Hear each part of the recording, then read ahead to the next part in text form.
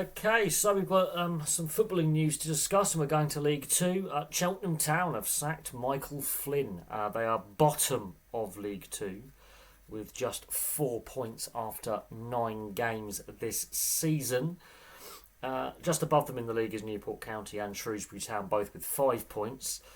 Now, they've won just one match this season. They've also drawn one match this season. And both the win and the draw came in their last 5 games. But they've also lost 3 out of the last 5 games.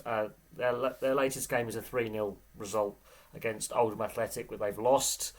And their goal differential's killing them as well, with a -14 goal differential. That's quite a worry.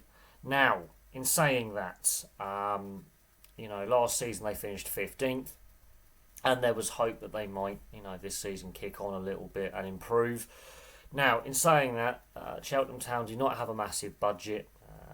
There isn't, a lot of money at this level. So it will be interesting to see who Cheltenham Town decide to get in to replace him. That will be interesting. There are some pretty capable managers, some of whom have coached at a higher level, who are available, and at a club of Cheltenham Town's size and finances, they're not going to have a lot of money to pay a compensation fee to another club to get a manager out of contract. That is something that will be, the club will be aware of, and it's just facts at this level. Now, their upcoming matches are Grimsby Town away and Fleetwood Town at home, so it's going to be interesting if they can get, some points out of those 2 games. That will be interesting if that can start some momentum. But obviously, when results go badly and teams struggle, it's always the manager that takes the hit and gets sacked. At what point do we start asking questions of the players and how they're playing? Because these they are also part of the problem.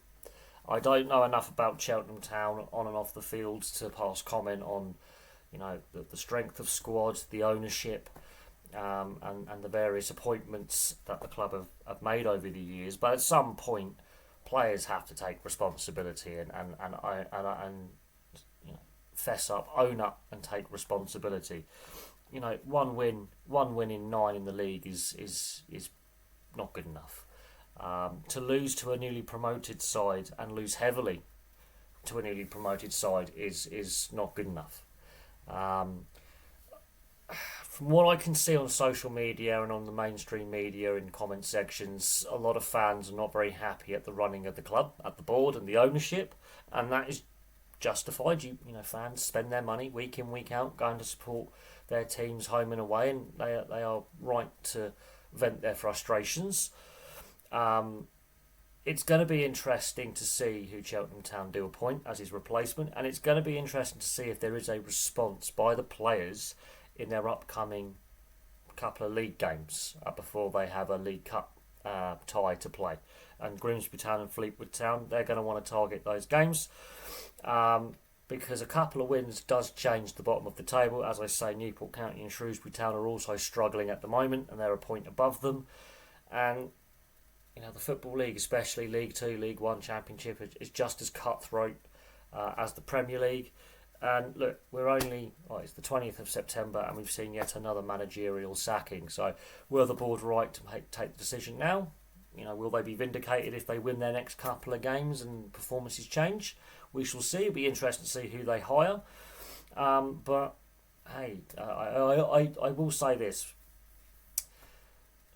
the media in this country focuses on the Big Six at the detriment to other clubs, and I do feel it's important to cover, the clubs in the lower leagues as well.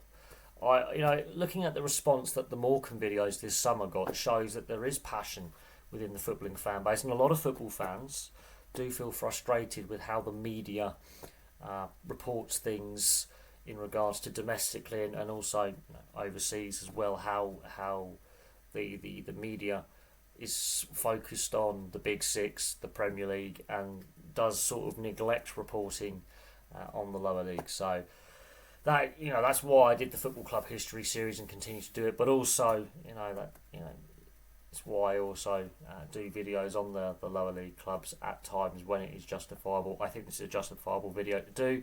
Let's see if Cheltenham Town can turn things around and performances change, and let's see who they appoint.